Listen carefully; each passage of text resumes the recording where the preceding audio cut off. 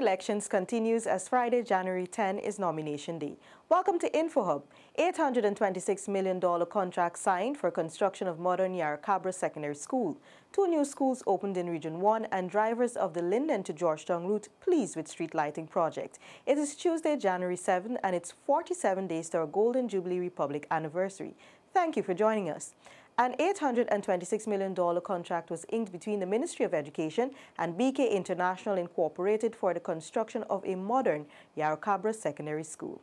Signing the contract was Education Minister the Honorable Dr. Nicolette Henry and contractor Brian Tiwari.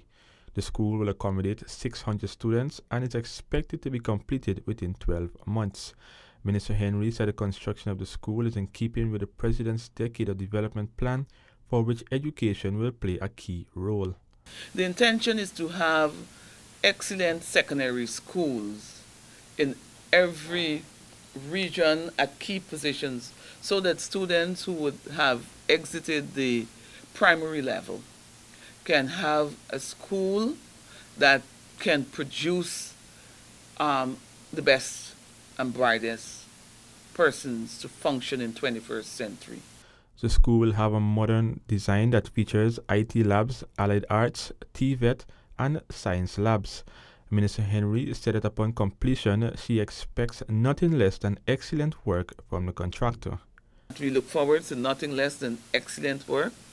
Our students, our teachers deserve conducive environment for learning. They also require modern facilities, and I trust that at the end of the project, we all will be very comfortable with both the outcome and the output.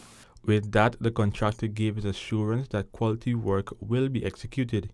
He pointed out that he brought in a contractor from Jamaica to prioritize the construction of the school. In addition, the construction of the school will be supervised by VCAB Engineering Consultants Limited. Isaiah Braffett for InfoHub.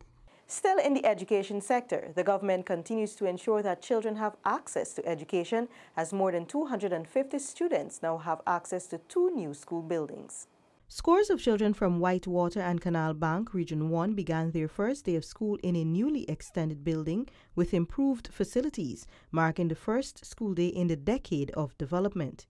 Education Minister the Honorable Dr. Nicolette Henry stressed the importance of proper educational facilities and infrastructure. She noted that the coalition government is in the business of improving lives and as such launched a decade of development in which education was accorded the highest priority. The goal of this government is to close all geographic gaps and provide equal and equitable educational opportunities for all Guyanese, irrespective of their geographic location. While emphasizing that education was the bedrock of any nation, Minister Henry said her ministry is working to ensure that Guyana has a first-class education system. That is why we have been placing a lot of emphasis on educating our people, on raising the bar, of demanding more, not only from our teachers, but our administrators in education. In many days, I can tell you that the team at the Ministry of Education, we're working assiduously to ensure that we have nothing less than a first-class education system here in Guyana. Canal Bank Primary serves as an annex to the Port Kaituma Primary School. Previously, students had to travel miles along the Kaituma River to attend Port Kaituma Primary. Regional Education Officer Nigel Richards said that with more smart classrooms slated for the region, Barima Waini is on the verge of great educational transformation. Every child have access to quality and inclusive education in schools equipped with smart classrooms. In fact, we have already started with smart classrooms. We have small classrooms at Santa Rosa Secondary, Port Kaituma Secondary, and Northwest Secondary. And very soon we already have the equipment. 8 primary schools will be equipped with smart classrooms. The Canal Bank School also benefited from a boat and engine which were handed over by the Education Ministry. Also in attendance was Minister of Social Cohesion, the Honorable Dr. George Norton, who distributed sports gear to enhance the sport curriculum and delivery in the hinterland schools. Bus drivers plying the Linden to Georgetown route are pleased with the government street lighting project. InfoHub's Shaquille Bourne brings us that story. Just behind the public buildings is the Linden Bus Park, where we spoke with a number of drivers about the lighting initiative along the highway. Right about now with the lights, we're really thankful for it because even if you're driving at night and a truck will bring up on the road and the lights on, you could see the truck. Even though the vehicle come in, get the light in your face, you could still see the trucks. So, man, it's a good thing, it's a real good thing. That was Clevon Barker, a bus driver who has traversed the Linden to Georgetown route for the past 15 years. With 30 years driving experience under his belt, Lyndon John also lauded the project that he says has far-reaching impacts. The impact that it has placed on commuters and especially drivers, it's wonderful because you can see your vision is very much up there with lights. One of the taxi drivers just across the road who has been working the route for the past year reflected on the poor lighting conditions prior to the project coming on stream. A lot of times it plays with your judgment driving on the highway. Well, you know, it's dark and so on.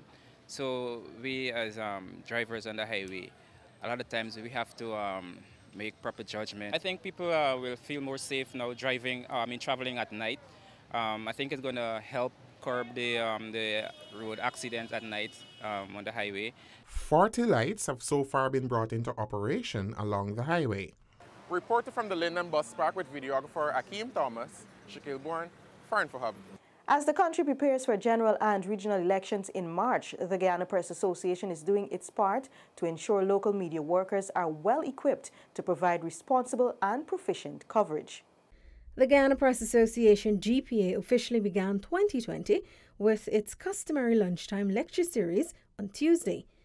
And given that the country is headed to general elections in approximately 2 months, the day's session was a pre-nomination day briefing. The Guyana Elections Commission GECOM has set nomination day for January 10, 2020. Election is on March 2nd, 2020. Some of you are covering elections for the first time. So covering campaigning, covering the process of what goes on at nomination days and so on, and covering the actual elections would be new to you. This is an opportunity for you to ask all questions about the process, ask about anything that you're not certain about. It's also an opportunity, if you haven't done so, to familiarize yourself with the elections laws and everything out there, all the literature that is available on elections. The session was facilitated by GECOM. The body's public relations officer, Yolanda Ward, took media workers through the laws of Guyana as it relates to elections advisory guidelines for nomination day. These include sections of the Representation of the People's Act. For us at GECOM, particularly around elections, it is important for us to have accurate information in the public domain. And for you as media operatives who will be the source of channeling that information into the public domain, it is important that you are equipped with the information so it will aid your reporting. The GPA has an in-depth elections training session at the ending of January. Felicia Valenzuela, InfoHub. When the news returns, rice exports earned more than $44 billion in 2019, and the countdown to our Golden Jubilee as a republic continues. Details of these stories after the break. Stay with us.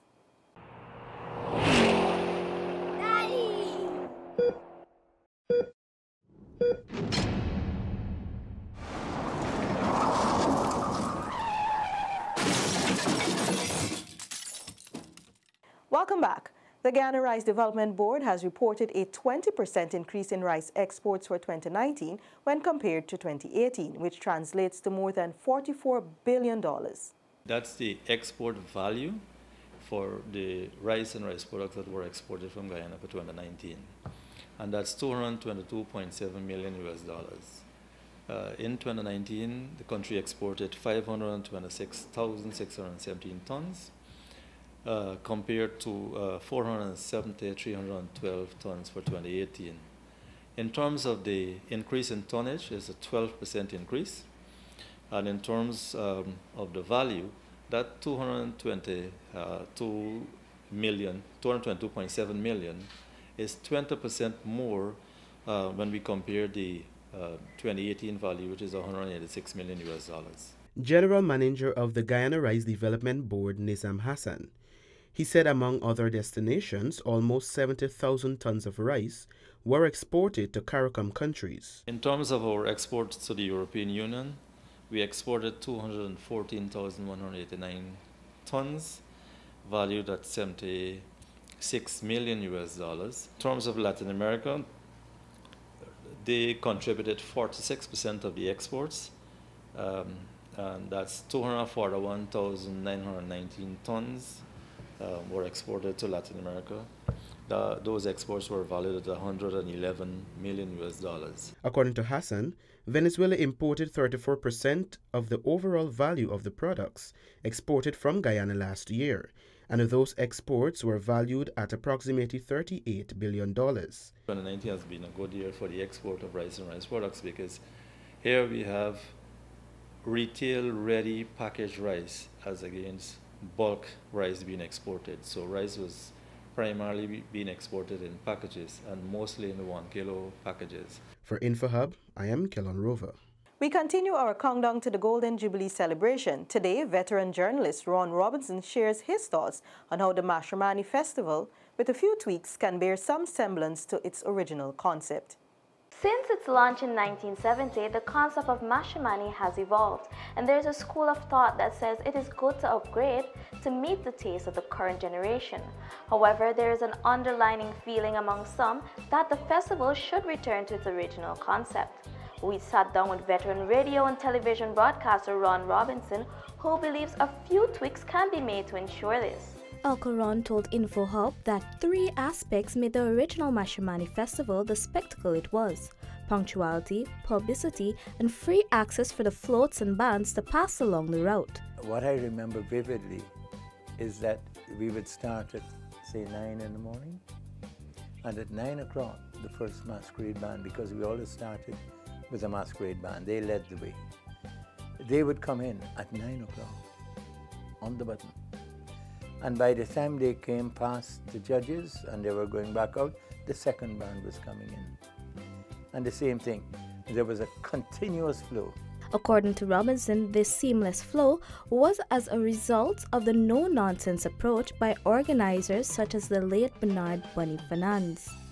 Publicity was another instrumental factor in the hosting of a successful MASH, and here Robinson pointed to the efforts of Victor Vic Insaali. The other person who was a part and parcel of that organization, and he is a giant at that, is Vic Insaali. So that, you know, all the publicity, all the, raising of expectations through radio, because we didn't have TV, through radio was his responsibility.